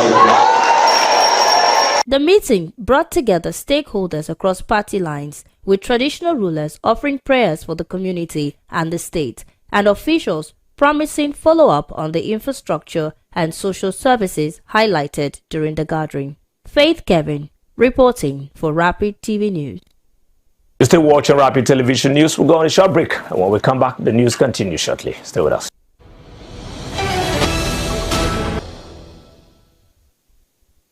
This is Rapid Broadcasting Network, RBN. We connect people, power stories, and amplify voices. On Rapid TV, we're rooted in culture and your window to the stories that matter. From news to lifestyle, we inform, entertain, and uplift. Join Rapid TV on StarTimes Channel 176, Nightcomsat. On Rapid FM, we speak your language from the soulful airwaves of Umuahia to the vibrant culture of Port Harcourt and beyond. More than broadcasters, we're creators, amplifying that voice within with powerful content across TV, radio, and digital. Join us at rbnradiotv.com and all our social media handles. One network, one voice. Rapid Broadcasting Network, RBN, the sound of your city, rooted in truth, driven by impact. Nigeria's economy, the global market. What does it all mean for you? From stock market insights to global financial news you need to know. From Wall Street to the Main Street and of course, the marketplace. Get the answers you need every week on Business Lens with me, Faith Dafa Joseph, as I bring into focus the stories, strategies, and shifts shaping our economy. No angle is missed as I talk about the business, the people, patterns, and possibilities behind them. Welcome to the Business Lens. Rapid TV, rooted in truth, driven by impact. Magic has hit your imagination of TV. A brand new sundial with StarTimes inbuilt technology. New TV innovation with an inbuilt decoder that connects you to both StarTimes antenna and satellite signal. StarTimes Sundial TV, you can enjoy over 300 local and international channels, 1 month StarTimes highest bouquet for free, automatic system update. More benefits, more affordable. StarTimes Sundial TV is available in all StarTimes branches and dealers countrywide. StarTimes Inside, entertainment inbuilt.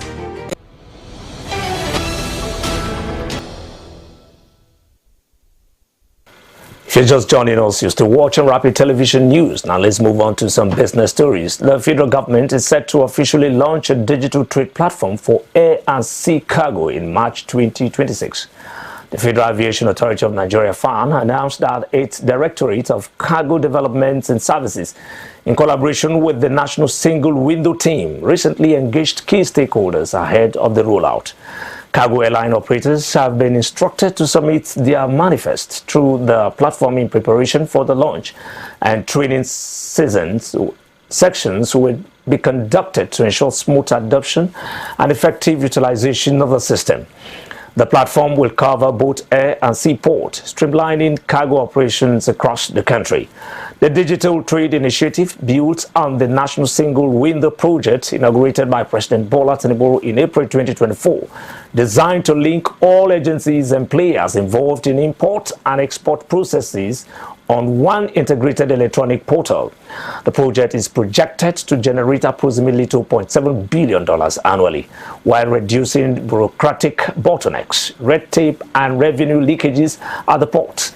Nigerian Ports Authority MD Abubakar Dansoho confirmed that the national single window will be fully operational by the end of the first quarter of 2026, aiming to enhance trade efficiency and transparency nationwide. Up next, more business reports coming your way.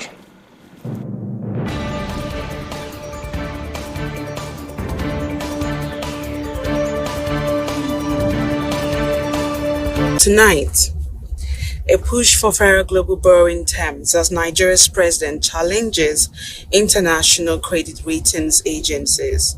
A landmark $6.2 billion telecom infrastructure deal that could reshape Africa's toll market, and rising U.S. Treasury yields as investors brace for key signals from the Federal Reserve. Let's get started. My name is Divine Alex. President Bola Tinubu has called for a fairer global financial system, arguing that African countries are paying disproportionately high borrowing costs due to persistent misjudgment by dominant international credit rating agencies. In an opinion article, he said Africa is paying too much to borrow, citing what is often described as the African premium, the gap between how the continent's economies are assessed and their actual fundamentals. Tinubu noted that Fitch Ratings, Moody's and S&P Global Ratings wield outsized influence over investor decisions and access to capital, yet frequently misjudged African risk.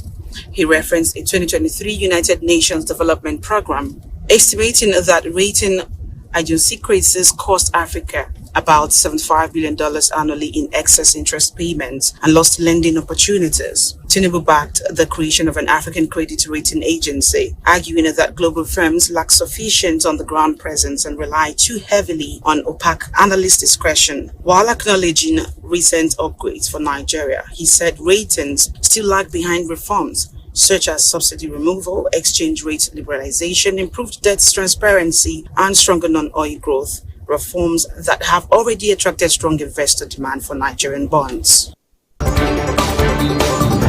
From sovereign credit ratings to corporate consolidation, Africa's telecom landscape is witnessing a deal that could redefine infrastructure ownership across the continent.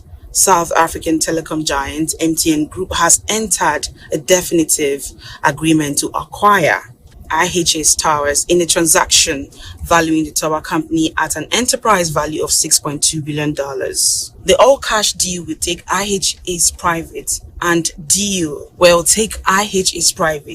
delist it from the New York Stock Exchange, marking a significant reversal of MTN's decade-long asset-light strategy. MTN is offering $8.50 per share, which is a 36% premium over the 52-week average, and will pay roughly $2.2 billion to acquire the nearly 75% stake it does not already own. The acquisition will be funded through a combination of IHS own balance sheet cash and MTN liquidity and debt, with closure expected by the end of 2026 pending approvals.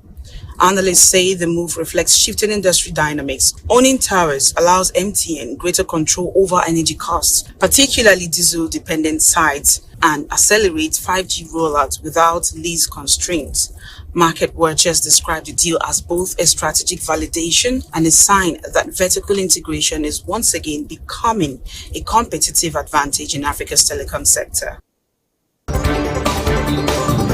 While African markets navigate structural reforms and strategic consolidation, investors globally are watching another key driver of capital flows, the U.S. interest rate. The U.S. Treasury yields edged higher as investors positioned ahead of the Federal Reserve's meeting minutes and fresh inflation data. The benchmark 10-year yield rose above 4.07%, while the 30-year bond yield climbed toward 4.7%. The 2-year note also ticked higher, reflecting cautious market sentiment. Yields move inversely to prices, and even small basis point shifts can signal broader expectations about economic conditions and interest rate policy. Markets are watching the Federal Open Market Committee minutes for insight into policymakers' thinking at January's meeting, when rates were held steady between 3.5 and 3.75%.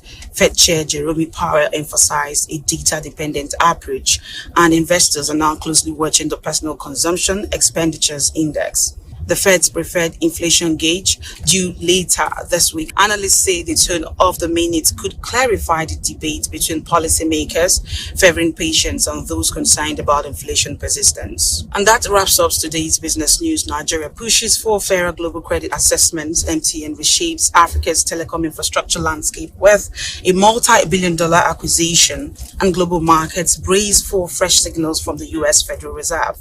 I am Divine Alex. Good evening. Now the Rapid TV News continues. Please stay with us.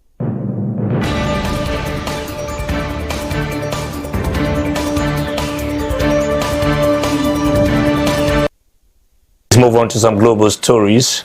Negotiators from Ukraine and Russia began the second day of peace talks in Geneva on Wednesday, amid growing pressure on Ukrainian President Volodymyr Zelensky from the United States to reach an agreement to end the 4-year conflict.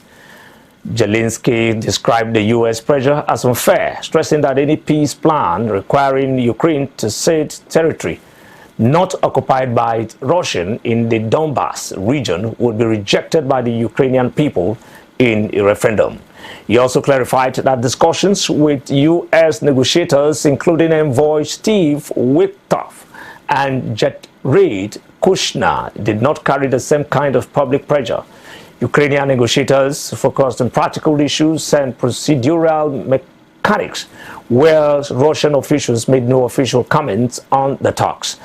The Geneva talks follow previous U.S. brokered rounds in Abu Dhabi that ended without major breakthroughs, as both sides remain far apart on key issues such as territorial control in eastern Ukraine.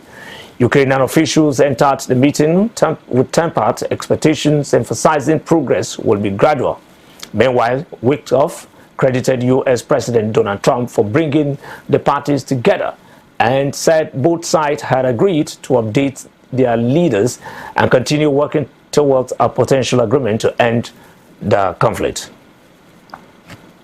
Meanwhile, another Nigerian, Balogun Ridwan, who allegedly fought for Russia and its ongoing war with Ukraine, has been captured by Ukrainian forces, according to reports from the Ukrainian media platform United Media 24. Ridwan said he was lured to Russia under the pretense of an engineering job, but was forced to sign a military contract in Russia, a language he did not understand. He described harsh training conditions, confiscation of phones, and chaotic preparations before being deployed to the front line, where he eventually surrendered to Ukrainian troops during a raid in January. Ridwan is reportedly seeking intervention from the Nigerian government, insisting he was deceived and never intended to join the Russian army. His case adds to growing concerns about Nigerians being misled into fighting in Ukraine. Recent reports confirm that two other Nigerians, Hamzat Kolawole and Mba Udoka, were killed on the front lines last November. The Nigerian Minister of Foreign Affairs, Yusuf Tuga, has expressed serious concern over these incidents, highlighting cases where citizens are recruited under false pretenses, forced to sign contracts in foreign languages, and have their travel document confiscated. Authorities continue to warn Nigerians against recruitment for foreign conflict and are calling for stricter monitoring to prevent further exploitation. Sanae Takaichi, president of Japan's ruling Liberal Democratic Party, LDP, has been re-elected as the country's 105th prime minister following a parliamentary vote on Wednesday. During an extraordinary session of the National Diet, Takaichi won 354 votes in the first round in the House of Representatives, defeating Junya Ogawa of the main opposition centrist Reform Alliance, who received 50 votes. In the upper house, no candidate secured an outright majority initially, but Takaichi prevailed in a runoff with 125 votes against Ogawa's 65. The Diet also elected Etsuke Mori as Speaker and Keiichi Ishii as Vice Speaker. Earlier, Takaichi and her cabinet resigned en masse as required under the Constitution, paving the way for a new cabinet to be formed later in the day. Given that her first cabinet was formed only months ago after she became LDP leader in October, major changes are not expected. Local media reports that key ministers, including Foreign Minister Toshimitsu Motegi, Finance Minister Satsuki Katayama, and Defense Minister Shigeru Kaizumi, are likely to retain their positions. The Gabonese government has ordered the suspension of social media platforms across the country until further notice, citing concerns that online content is fueling unrest and deepening social divisions. The High Authority for Communication, HAC, said the move was prompted by the spread of false information, cyberbullying, and the unauthorized publication of personal data. While the specific platforms affected were not named, widely used apps such as WhatsApp, Facebook, and TikTok are expected to be included. As of Wednesday morning, services remain accessible, but residents are preparing for enforcement at any time. The suspension comes amid growing social and economic tensions in Gabon, which has been navigating a political transition since the 2023 military coup led by President Brice Oligui Nguema, who later won the 2024 election. Public sector strikes including among teachers and healthcare workers, have highlighted frustrations over unpaid salaries and poor working conditions. HAC spokesperson Jane Cloud Mendome said the action was necessary due to repeated circulation of defamatory and hateful content online. With labor unrest ongoing and social grievances unresolved, the coming days are expected to test both government control and the resilience of Gabon's digital economy. Abia State is shining on the international stage as Queen Treasure Okechukwu has been officially selected to represent Nigeria at the Runway Model Universe pageant in Canada. The announcement came during the Grand Royal reveal of Miss Africa Styles International in Umuahia, where key government officials, including Transport Commissioner Chimezie Okeaegbu, reaffirmed their support for initiatives promoting tourism, youth development, and women's empowerment. Our correspondent, Faith Kelvin, reports. Umuahia has played host to a moment many have described as a cultural breakthrough, one that sends the story of Abia State from a local stage to a global runway.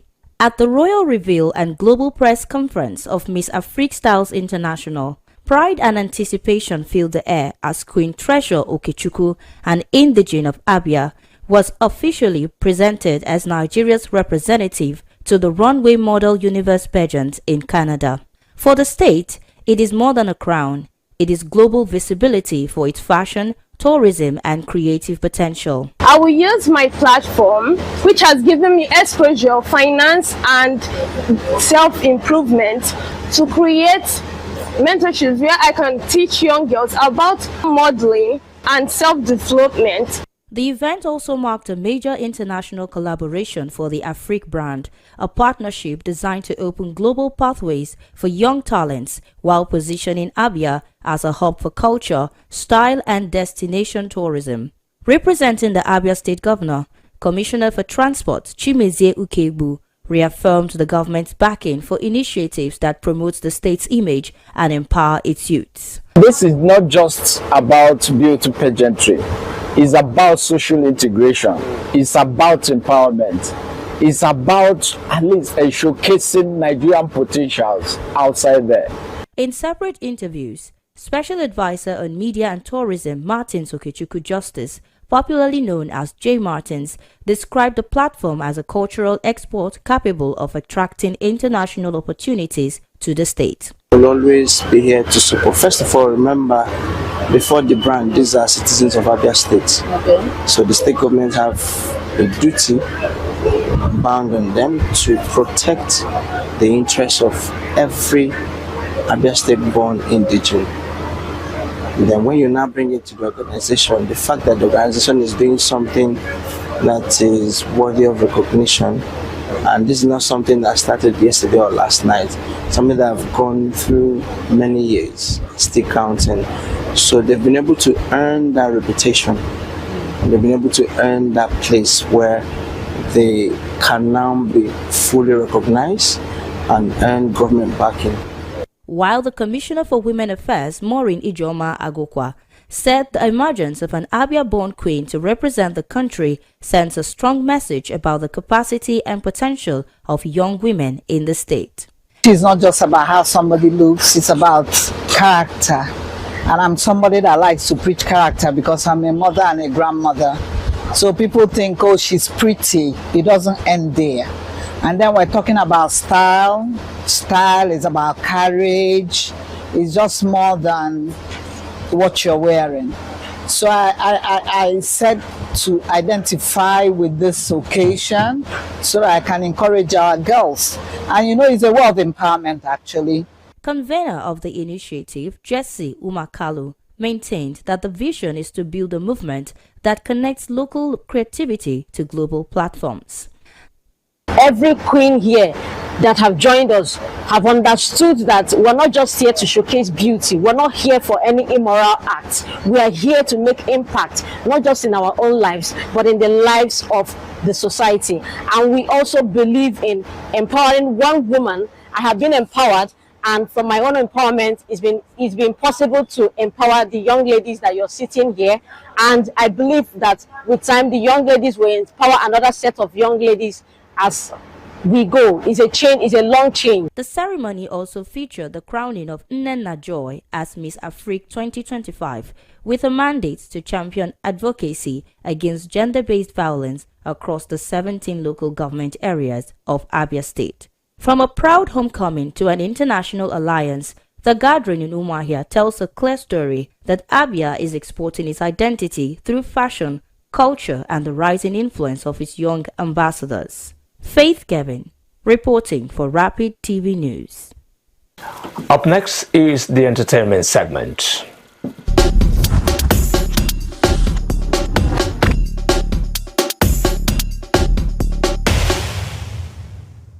And now let's turn up the volume with the latest in entertainment news from Nigeria and around the world. Here's what's making waves. Nigerian superstars Tems and Burna Boy have surpassed South African group Sita as the African artists with the most Billboard Hot 100 entries. Their feature on J. Cole's album The Fall Off debuted Bounce Road Blues at 34 and Only You at 78, giving both artists 8 entries, the highest by any African. Meanwhile, Tems has secured 3 Billboard Hot 100 entries this year alone, while Burna Boy becomes the first African artist with a Hot 100 song for 6 consecutive years. Their streak includes hits like Last Last, sitting on the top of the world, and WGFT, cementing their global influence.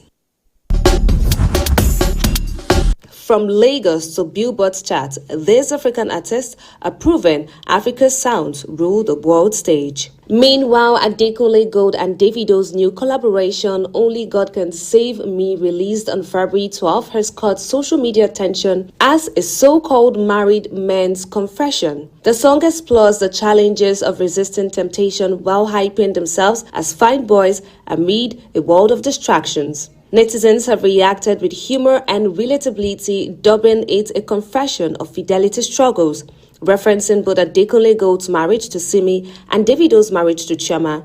From the clever lyrics to playful melodies, fans say it captured the reality of navigating temptation while staying true to their vows. Whether you're married or not, this one is definitely sparking conversation across the Afrobeat universe. American rapper Cardi B has confirmed her split with footballer Stefan Diggs, responding to a post by rapper BIA amid public speculation. The separation comes 3 months after welcoming a child together, with Cardi B warning against disrespect towards her ex-partner. The break follows alleged infidelity by Diggs, and Cardi B made the announcement during her Little Miss Drama Tour performance in Los Angeles. Fans are reacting to the news as the rapper navigates her personal life while continuing to dominate the music scene. From the stage to the headlines, Cardi B proves she's always in control of the story. And that's your entertainment roundup, from global chats to celebrity headlines, right here on Rapid TV.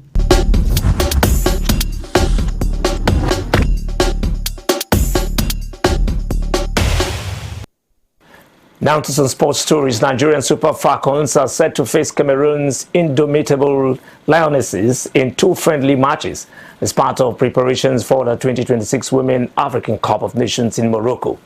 The games are scheduled for February 28 and March 10 in Yaoundé, aimed at sharpening the Falcons ahead of the tournament.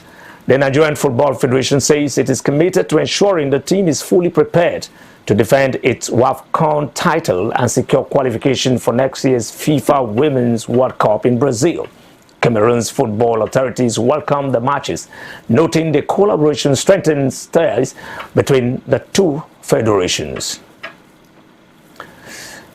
Sevilla coach Messias Almeida has been handed a 7-match ban following his red card during last weekend's La Liga draw with Alaves. The 52-year-old Argentine coach was sent off for protesting a referee decision and continued to remonstrate on the pitch at the Ramon Sanchez Pizjuan Stadium for over a minute, drawing the attention of the Spanish Football Federation's disciplinary committee. According to the committee, Almeida received a 2 match suspension for protesting, 1 match for failing to leave the field, 3 matches for showing contempt towards officials, and an additional game for unsporting conduct, I beg your pardon. Sevilla currently sits 13th in La Liga, just 2 points above the relegation zone with 14 matches remaining, meaning Almeida will miss half of the team's remaining futures. And that's about the size of the news tonight. But before we go, a recap of our major stories. Tinubu calls for unity as Lent and Ramadan begin same day. Dozens fear death in suspected gas leak at Plateau mining site. Federal government to launch digital trade platform for air, sea, cargo in March. Another Nigerian captured fighting for Russian in Ukraine war. And of course, in sport, we did tell you that Chile eyes diaspora talent to strengthen Super Eagles squad. Thanks for being part of the news tonight. My name is Godwin Amundi. I love you.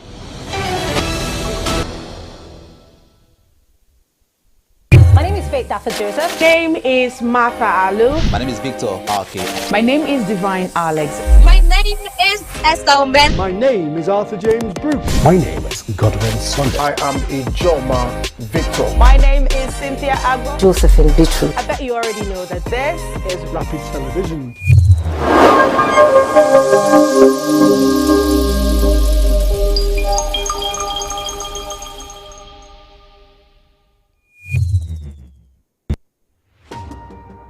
Meet the men and women shaping the future of Nigeria. Get to know your representatives at the National Assembly. From lawmaking to constituency projects, we'll take you behind the scenes and inside the chambers of the Nigerian National Assembly. Learn about the bills they are championing, the challenges they are facing, and the impacts they are making in their constituencies. We'll also bring you closer to the people they are serving and the stories that shape their work. Join us on NAS Watch every Friday on Rapid Television at 7 p.m. So get informed, get engaged, and get to know the leaders shaping Nigeria's future. Magic has hit your imagination of TV. A brand new sundial with StarTime's inbuilt technology. New TV innovation with an inbuilt decoder that connects you to both StarTime's antenna and satellite signal. StarTime Sundial TV, you can enjoy over 300 local and international channels, 1 month StarTime's highest bouquet for free, automatic system update. More benefits, more affordable. StarTime Sundial TV is available in all StarTimes branches and dealers countrywide. StarTimes Inside Entertainment and Inbuilt. Time is power. Our lives are powered by the sun. As the sun rises, so do we. As we trust it to rise and set without any worries interrupting your morning with our hybrid all-in-one inverter, powering our prosperity and happiness. Sustainable future, breaking the shell. StarTime Solar. But also nurture what is dear to us, powering trust and support. Empowering us to do things that really matters. StarTimes Solar. Power your life.